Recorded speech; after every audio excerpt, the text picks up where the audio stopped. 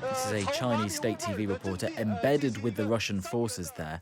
And the deployment points to a closeness between Russia and China, which causes lots of concerns to Ukrainians. Could China help Russia win the war?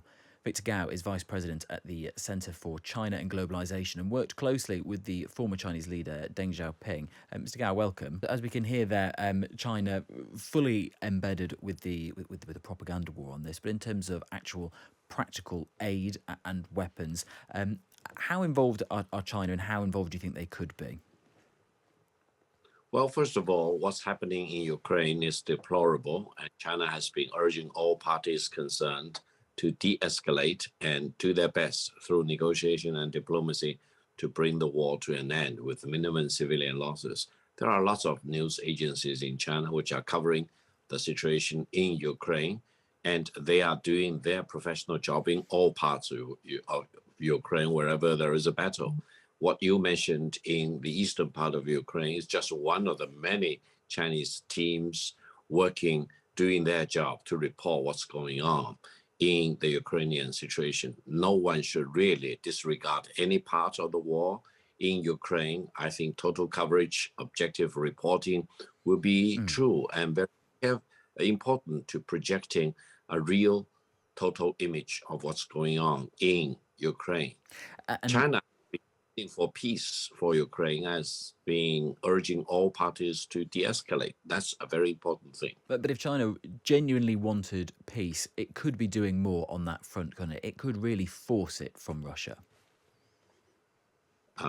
With due respect, no one can force Russia. All the economic sanctions against Russia will not achieve its desired goal, because it will only force Russia and President Putin more into the corner, and then they will pounce back more. So, especially because what's happening in Ukraine has already pushed mankind to the brink of a nuclear disaster, any wrong step in the wrong direction may really push this beyond the point of no return.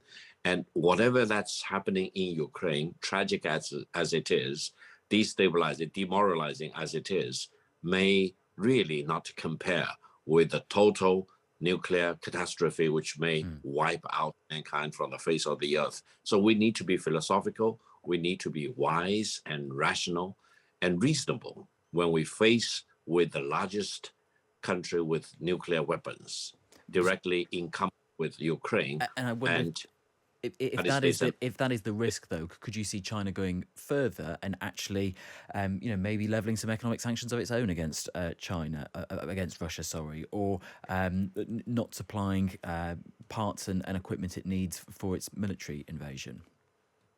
You have several points in your questions, which are very important questions. First of all, Russia has the most powerful military force in the world and the most sophisticated weaponries in the world. It would be surprising if Russia would need any military assistance from China at this particular point. Secondly, the fact that Russia is not using its most sophisticated weaponries in Ukraine doesn't mean that they don't have it. They probably hold on to the most sophisticated weapons in preparation for a potential showdown with the United States or NATO.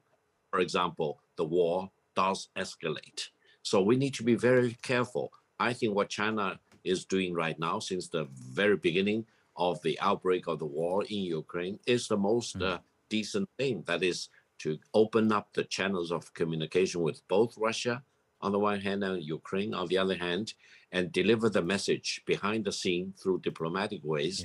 That is, both sides need to de-escalate, bring the war to an end, minimize civilian losses. This is the best approach right now, rather than pouring more fuel onto the fire in Ukraine. Victor Gao, thanks very much for your time. I appreciate it.